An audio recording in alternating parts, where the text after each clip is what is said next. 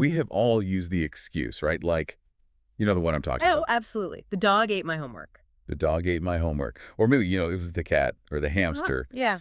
It's just the ultimate desperate plea. You are standing there in front of a teacher, totally empty-handed, and just hoping for a miracle. It really is. It's this ultimate avoidance fantasy, I think. Yeah. The idea that some external force, in this case a very fluffy one, has completely absolved you of all responsibility. Like it's out of your hands now. Exactly. You don't have the work, but crucially, it is not your fault. Right. And honestly, that fantasy is our launch pad for today. I love this topic. Me too.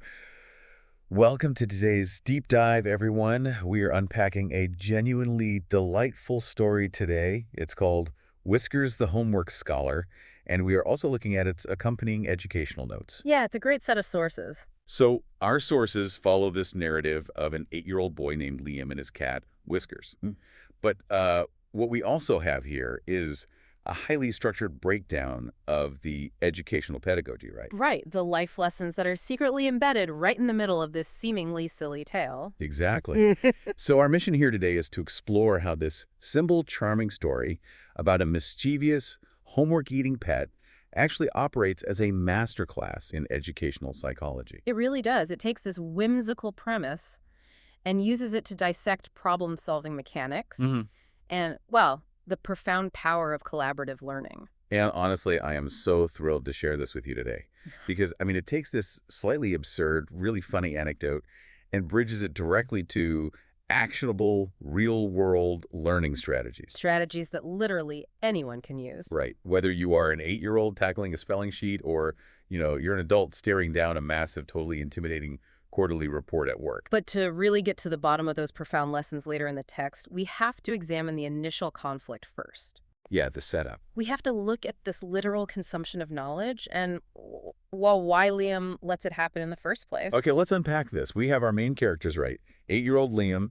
and Whiskers. And Whiskers is quite the character. Oh, totally. Whiskers is described as a fluffy, sneaky, and slightly too smart cat with a very unusual habit. He loves homework.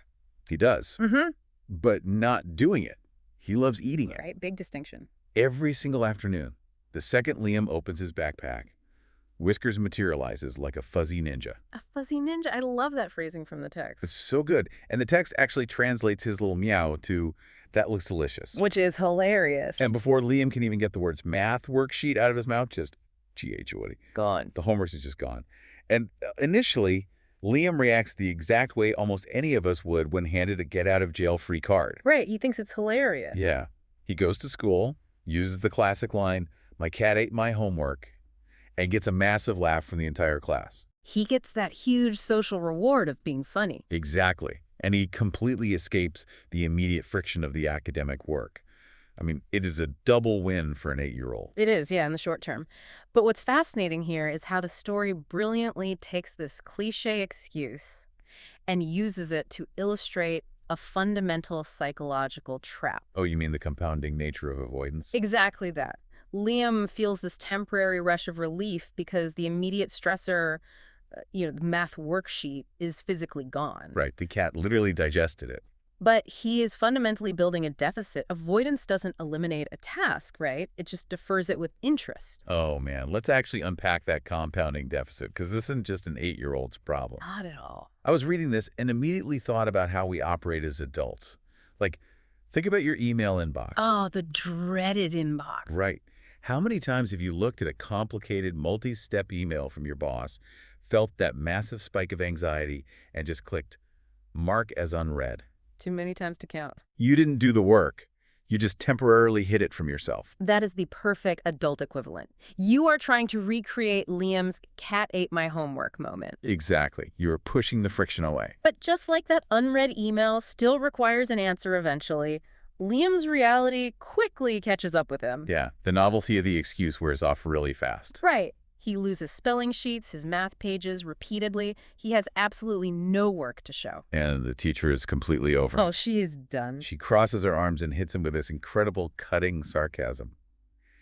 She notes that Liam's cat must be the smartest student in class by now. That's a great line. It is. What? And the text gives us this great moment where Liam gulps. he realizes that she might actually be right. His avoidance strategy has completely backfired on him. Yeah, he's not just behind. He is actively being outpaced by a feline. It perfectly illustrates the limitations of avoidance as coping mechanism. The teacher's sarcastic comment is this harsh reality check. It forces Liam to confront the fact that his so-called solution, letting the cat eat the paper, is actually the source of his looming, compounding anxiety. Right, but the realization that avoidance isn't working is really just the setup here. True. Because the joke of a cat eating homework is about to transform into something entirely surreal. Oh, yeah. We finally get to see the consequences of all that digested knowledge. This is the midnight turning point in the narrative. And it is where the text elevates from a simple children's joke into a profound metaphor for how we process information. Here's where it gets really interesting. Picture this scene, right? It's the middle of the night. Liam wakes up and is watching, entirely in disbelief. Yeah. As Whiskers casually sits down at the desk, grabs the pencil in his paw, and just starts writing. Just a cat doing homework in the dark. Right, the cat produces a perfectly solved math problem. Mm. Then another one. Then an entire spelling list. It's amazing. And finally, the ultimate mic drop. Whiskers writes a full sentence. Your cat is smarter than you think, complete with a little paw print signature. That is just brilliant imagery. Liam gasps and says, all this time, you weren't just eating homework, you were learning it. And Whiskers just flicks his tail as if to say, obviously. The imagery is delightful, absolutely, but the underlying mechanism is what we really need to focus on here. Okay, what do you mean? Well, the moment Whiskers writes those answers, the entire dynamic of the story shifts from destruction to production. Right, so Whiskers isn't acting like a reverse paper shredder anymore. Exactly. He's acting more like a biological scanner. Wow, yeah. He's ingesting the raw data of the math sheet, processing it in the background while Liam sleeps, and outputting the perfectly solved equations. The text is showing us that the problem literally hands Liam the solution. Yeah. Whiskers was the agent of Liam's academic destruction, right? The source of his classroom embarrassment. Right. But by fully processing what he consumed, the obstacle transforms into the resource. It's a narrative representation of cognitive synthesis. Okay, wait. Let me stop you there. I buy the idea of cognitive synthesis happening in the brain, but I have to push back on this metaphor for a second. Okay, go for it. The text says, the obstacle becomes the resource. But in real life, a distraction is usually just a distraction. Right. Like, if my smartphone is constantly buzzing and distracting me from writing a report, my phone isn't going to suddenly wake up at midnight and write the report for me. Well, hopefully not. Right. So how does this whimsical idea actually translate to a real-world application for you and me? That is a great distinction to make, and it's where the metaphor requires a bit of unpacking. Yeah, because I'm a little lost on the practical side of that. It's not that the distraction itself does the work for you. It's that fully engaging with the source of your frustration changes your relationship to it. Okay. Think about your smartphone example. The phone is the obstacle, right? Right. But if you stop avoiding the friction of the report and instead use the phone to voice dictate your first rough draft while you pace around the room, you have transformed the vehicle of your distraction into a tool for production. Oh, wow. You took the raw, chaotic data of your anxiety and gave it a structured output. Ah, I see. So the fuzzy ninja was running background processing, but Liam still has to figure out how to harness that. Exactly. Because realizing your cat is secretly a genius is a really fun plot twist, but it doesn't actually solve Liam's compounding zeros in the gradebook. No, it doesn't. He still has to turn his own homework in. Right, and that realization completely changes how Liam approaches the problem the very next afternoon. Precisely. The revelation leads directly to the transition from adversaries to collaborators. Yeah. And this is where the text transitions from a story into an explicit pedagogical framework. So the story tells us that from that day on, Liam and Whiskers become a homework team. A homework team. Yeah. Papers are no longer eaten well, mostly. But the text lays out a highly specific methodology. Right. They have a system now. Liam reads the questions out loud, and Whiskers helps him think through the answers. And the result? Liam actually starts understanding his work better. He's not just getting the answers, he is building real confidence. He's actually learning. Exactly. He even begins raising his hand in class. The source material explicitly outlines the educational focus here. And what does it say? It says practice improves learning. Talking through problems builds understanding. And reading, writing, and repetition strengthen skills. This raises an important question, though. I want to pause on that specific detail. Which one? The text emphasizes that Liam reads the questions out loud. Right. This isn't just a cute narrative device so the cat can participate. By forcing Liam to vocalize the problems, the story is highlighting a deeply researched, highly effective real-world learning strategy. Right, because I was wondering, why couldn't he just sit next to the cat and read silently? Why does the vocalization matter so much? It's all because of how our brains handle abstract information versus tangible information. Okay, break that down for me. When you read a complex problem silently, your brain can easily skip over logical gaps. Your eyes literally glaze over the difficult parts. Oh, absolutely. It remains abstract, and it's very easy to get caught in an anxiety loop where you just stare at the page, completely overwhelmed. I know that feeling intimately. Yeah, You read the same sentence in a dense contract or like a confusing spreadsheet 4 times, and absolutely nothing registers. exactly. But the moment you have to vocalize it, the moment you have to formulate the problem into a sentence that another entity can understand, even if that entity is a cat, you are forced to slow down and organize your thoughts. Wow. Yeah. You are taking abstract, chaotic data and giving it physical structure through speech.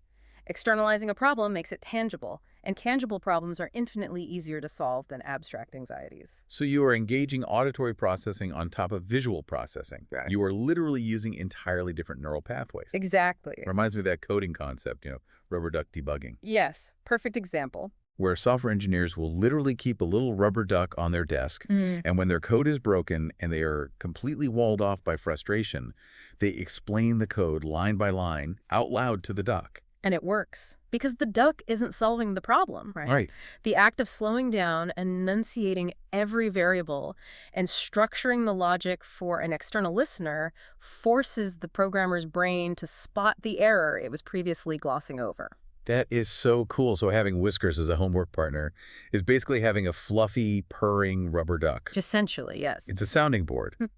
Think about your own workflow for a second, right? Yeah. How often do you sit silently, completely frustrated by a bottleneck in a project when what you really need to do is just read it out loud to the room? Or explain it to a coworker who has no idea what you're working on. Exactly. And that ties directly back to the text's explicit educational focus on how repetition and varying the input methods strengthen skills. Right. Liam isn't just staring at the paper anymore. He's translating the visual text into speech, analyzing it with a partner, and then translating that understanding back into writing. Oh, wow. Engaging those multiple cognitive pathways cements the learning far more effectively than an isolated silent struggle ever could. But vocalizing the problem is really only half the battle, isn't it? Yeah, there's more to it. Because once Liam starts actually speaking these problems into existence, we start seeing a ripple effect in how he views the work itself. His whole attitude changes. Right. It's no longer just about finishing a math sheet.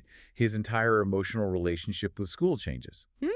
Which brings us to the ultimate outcomes and the broader life philosophies this text is trying to impart to you. The resolution of the narrative is incredibly satisfying, but it also carries significant thematic weight about how we handle stress. So Liam proudly turns in his homework. His teacher smiles at him and says, "Looks like someone's been studying." A little bit of validation there. Yeah. And Liam, grinning, acknowledges the truth. He says, "Yep, me and my cat." Which is funny because it's true. Right. Meanwhile, back at home, we get this amazing, delightfully absurd visual. Whiskers is now wearing tiny glasses and grading his own work. It is a wonderful image. It is. I love that the text fully leans into the absurdity of a cat in spectacles while still delivering very real psychological lessons. It really balances the humor and the education well. It does.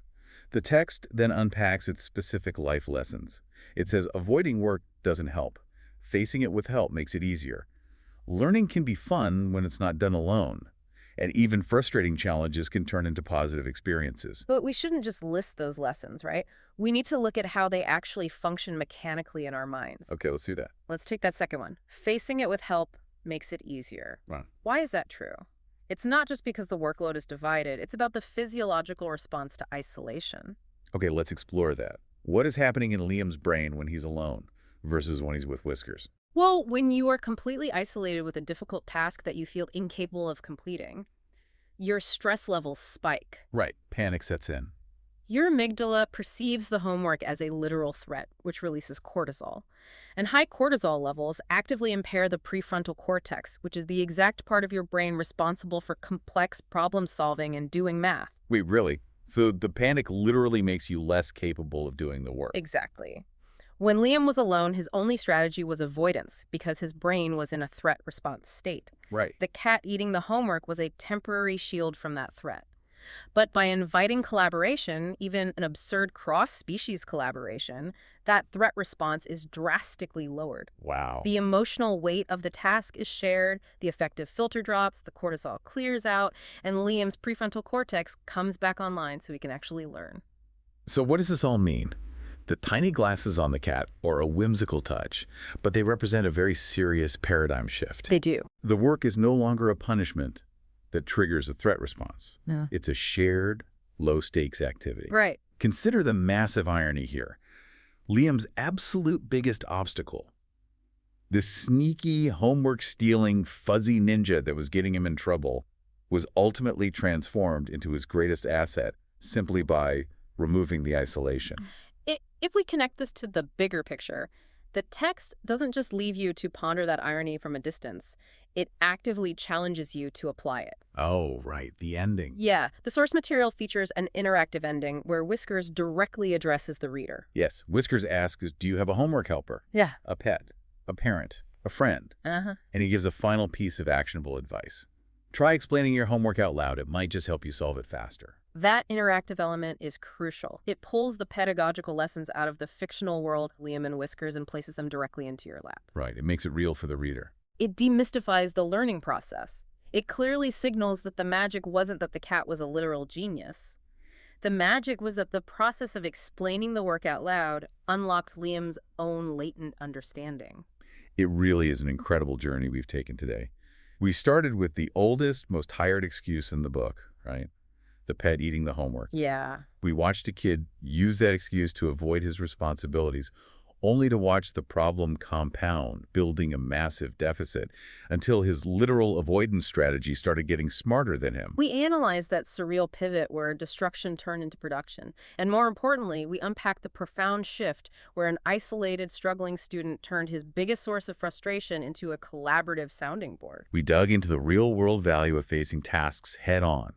We saw how engaging multiple cognitive pathways by reading out loud can break through mental roadblocks. And how removing the silent internal frustration lowers your threat response so you can actually solve complex problems. All ending with the delightful image of a tiny glasses-wearing scholar cat grading his own papers. It is a powerful testament to how shifting our perspective on our challenges and being willing to vocalize our struggles can transform our entire approach to learning and working.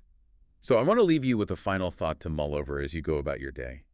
We saw how explaining 8-year-old math to a cat was the secret key to unlocking Liam's classroom confidence and lowering his anxiety. Yeah. But think about your own life. Think about that massive project you are currently dreading, or that complex problem you can't seem to untangle. How could applying the Whiskers method, the simple act of explaining your most complex, overwhelming adult challenges out loud to a totally non-judgmental listener, fundamentally rewire how you tackle your own day-to-day work? It's a great question. Maybe it's time to stop letting your obstacles eat your time and start making them work for you.